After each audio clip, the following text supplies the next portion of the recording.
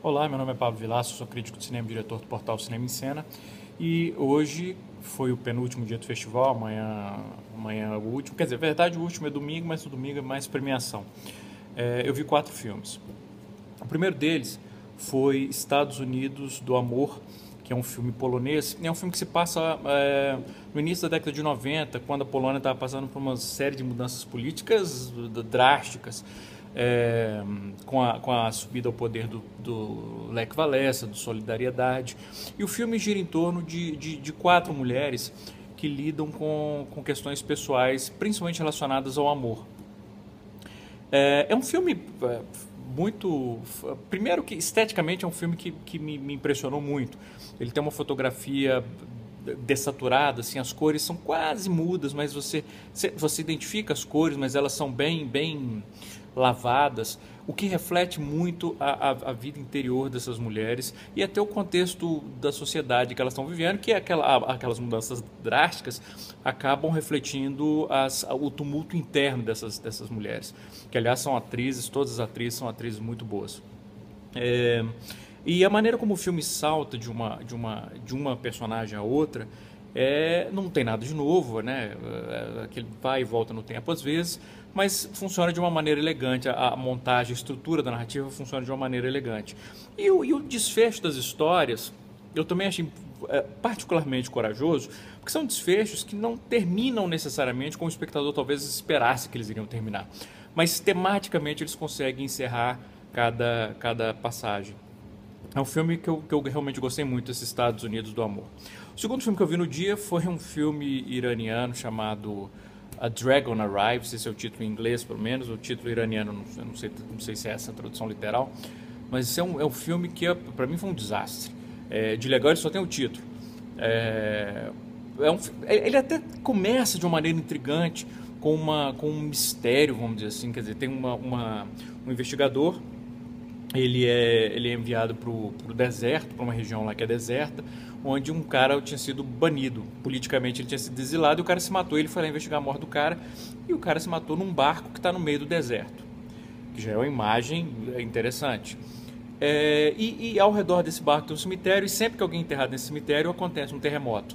Então o filme passa a acompanhar esse investigador, mais um geólogo e mais um captador de som, enquanto eles estão investigando o que houve ali. Isso tudo, essa premissa desse mistério é introduzido nos 10, 15 minutos iniciais, e que são os melhores do filme. A partir daí o filme, quanto mais a gente vai descobrindo sobre a natureza do que está acontecendo, menos interessante o filme fica. E além de tudo ele tem um problema de ritmo grave. É um filme bem chato, bem entediante. E do ponto de vista visual, é um filme desinteressante também. É basicamente plano contra plano, plano contra plano. De repente, uma câmera lenta que não parece vir sem propósito. Enfim, é um filme que eu achei desinteressante, tanto do ponto de vista estético, quanto do ponto de vista da trama em si.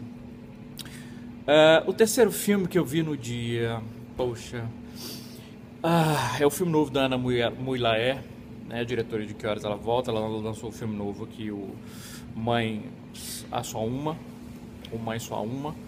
E eu fiquei feliz inicialmente porque a sessão estava lotada, todas as sessões estavam lotadas. E essa foi a quarta sessão do filme, também estava assim, lotada, esgotadaça mesmo. Então é bacana ver um filme brasileiro fazendo tanto sucesso. Aliás, os 3 filmes brasileiros que eu vi aqui, as sessões estavam todas cheias. Mas o filme é muito fraco.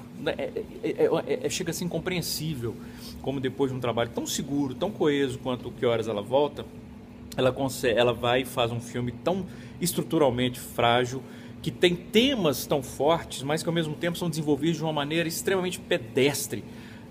Ela tira para vários lados e não consegue fechar nenhum, se concentrar em nenhum. A história é baseada naquela história do Pedrinho, que tomou conta do noticiário brasileiro há alguns anos, o menino que foi roubado na maternidade e só foi redescoberto quando já estava quase no final da adolescência. Só que o filme ele tenta lidar. Ontem eu comentei no vídeo de ontem eu comentei sobre o Antes o Tempo Não Acabava, em que a questão da identidade dele como índio era de certa maneira refletido na identidade sexual dele. É curioso porque esse filme da Muylaer também faz uma jogada assim, da identidade sexual ela correr paralelamente à busca pela identidade sexual com a identidade dele como indivíduo. Só que se funcionava no antes, o tempo não acabava, dessa vez, ao contrário, um tema acaba anulando o outro, diluindo o outro. Além disso, as atuações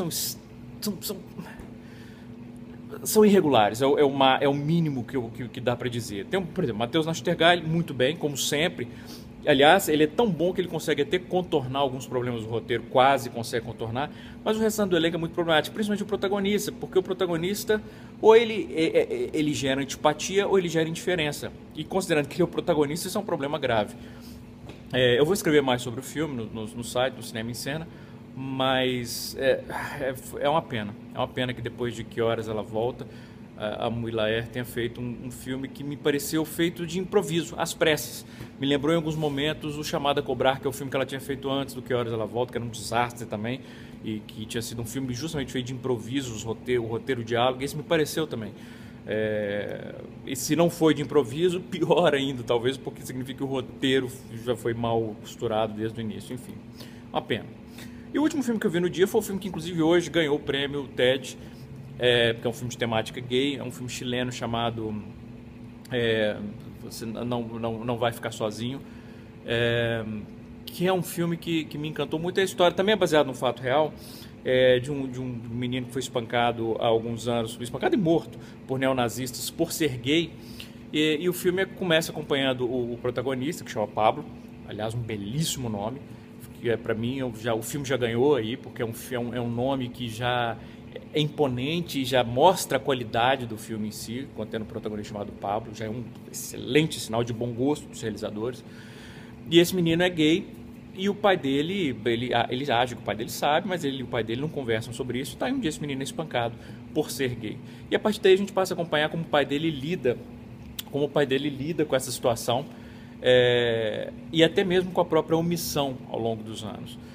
E é um estudo de personagem extremamente delicado, com duas atuações centrais muito, muito fortes, tanto o menino quanto o pai.